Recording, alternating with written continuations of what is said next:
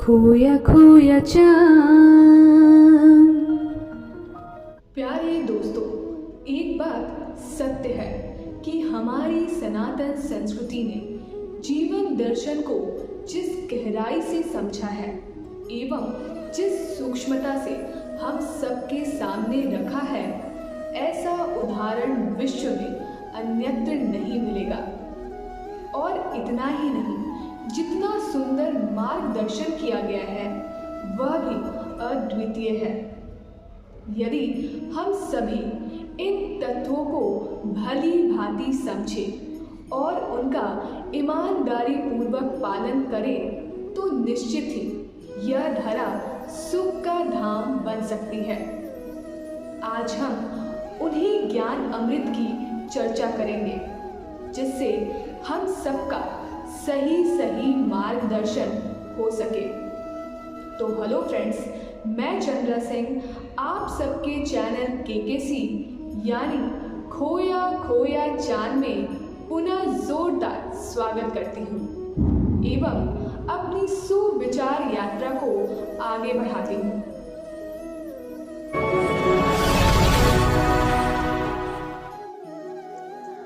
दोस्तों, जैसा कि मैं कह रही थी कि हमारी गौरवशाली सनातन संस्कृति ने अपने सदियों के अनुसंधानों के माध्यम से जीवन के विभिन्न आयामों का सूक्ष्म से सूक्ष्मतर विश्लेषण कर जिस सहजता और सरलता के साथ हमारे समक्ष प्रस्तुत किया है, उससे जीवन के गुण रहस्यों को भी आसानी से समझा जा सकता है।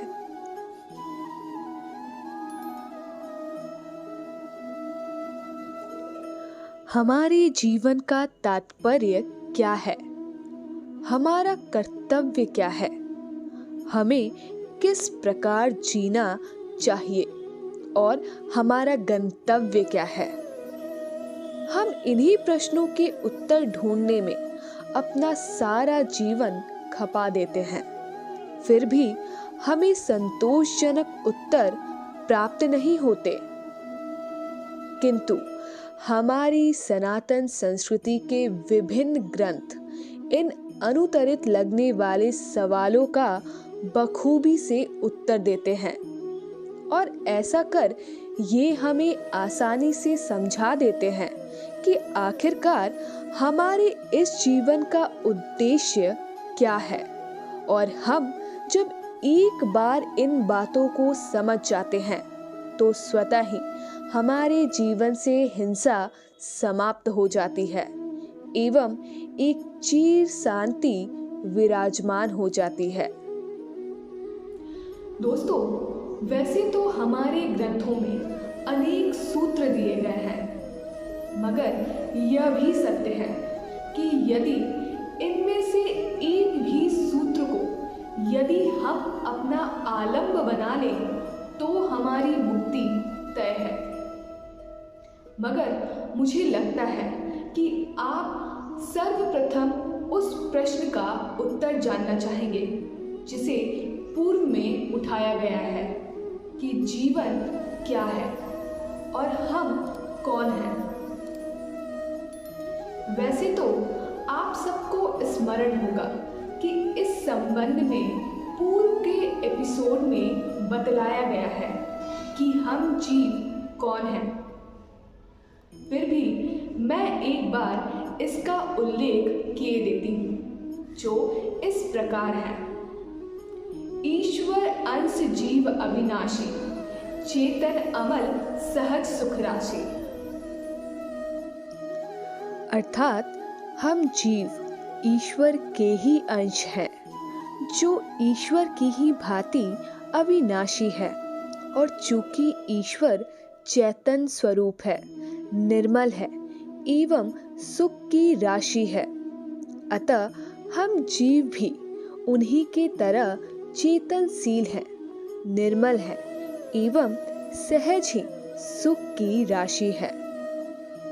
अतः स्पष्ट है कि जब हम उस परम सत्ता ईश्वर के ही अंश हैं और अविनाशी हैं, तो हमारे क्रियाकलाप भी ईश्वरी होने चाहिए, ना कि शैतानी या राक्षसी होने चाहिए। मगर अफसोस, हम यही भटक जाते हैं और गलत राह पकड़ गलत परिणाम के भागी बन जाते हैं। जैसा कि मैंने पूर्व में कहा कि हम किसी भी एक सूत्र को पकड़ लें तो हमें मुक्ति का मार्ग प्राप्त हो जाएगा। मैं आज इसका एक उदाहरण आप सबके समक्ष रखना चाहूंगी।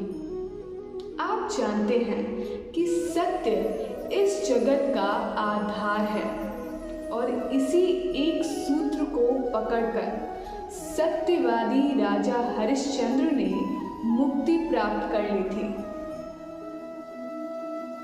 मेरे प्यारे दोस्तों, मैं समझती हूँ कि प्रायः आप सभी सत्यवादी राजा हरिश्चंद्र की सत्य साधना की वास्तविक कहानी को अच्छी तरह से जानते हैं। आप सभी जानते हैं कि उन्होंने अपने जीवन में सत्य व्रत ले रखा था और वो एक पल के लिए भी सत्य पथ से डिगते नहीं थे। उनका सत्य संकल्प ऐसा था कि वो जागृत अवस्था में तो उसका पालन करते ही थे, किंतु निद्रा अवस्था में भी वो सत्य का व्रत पालन नहीं छोड़ते थे।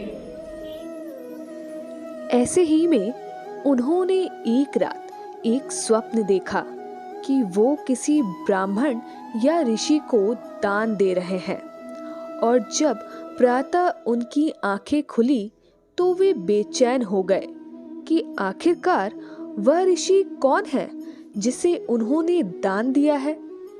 इसी बेचैनी के बीच प्रातः ऋषि विश्वामित्र का आगमन होता है और विश्वामित्र दान में दी गई वस्तु की मांग कर बैठते हैं।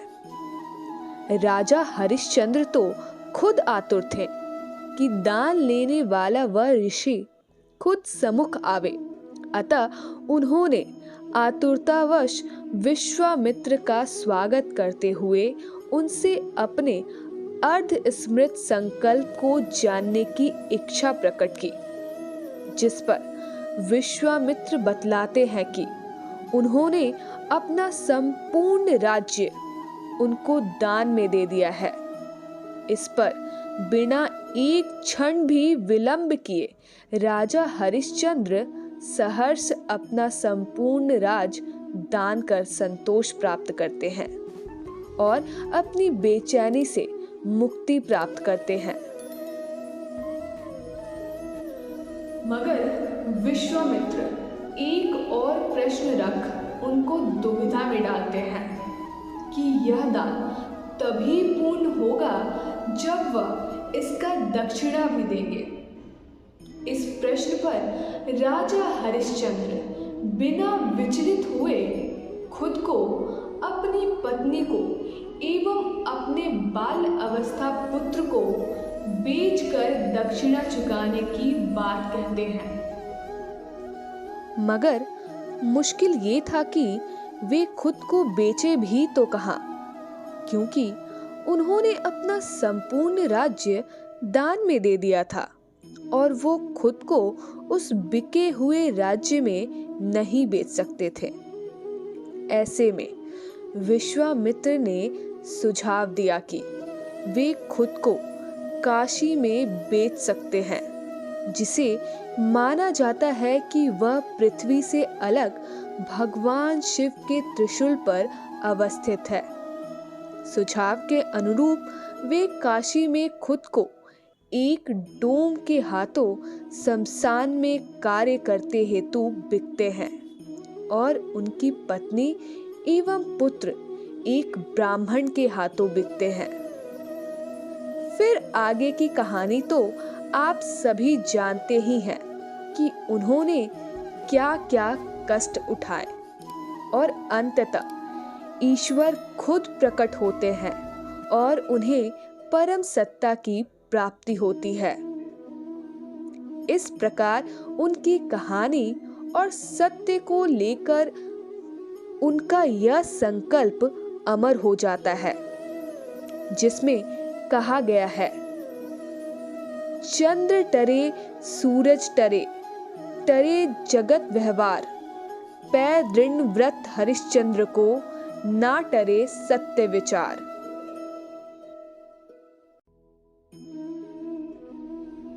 दोस्तों, कहने का तात्पर्य यह है कि हमारे सनातन संस्कृति में ऐसे ऐसे साक्षात अनेक उदाहरण मौजूद हैं, जिनके आलोक में हम अपने जीवन को धन्य बना सकते हैं और इससे प्रेरणा लेकर समस्त जगत भी अपने आप को आनंद लोक में परिवर्तित कर सकता है।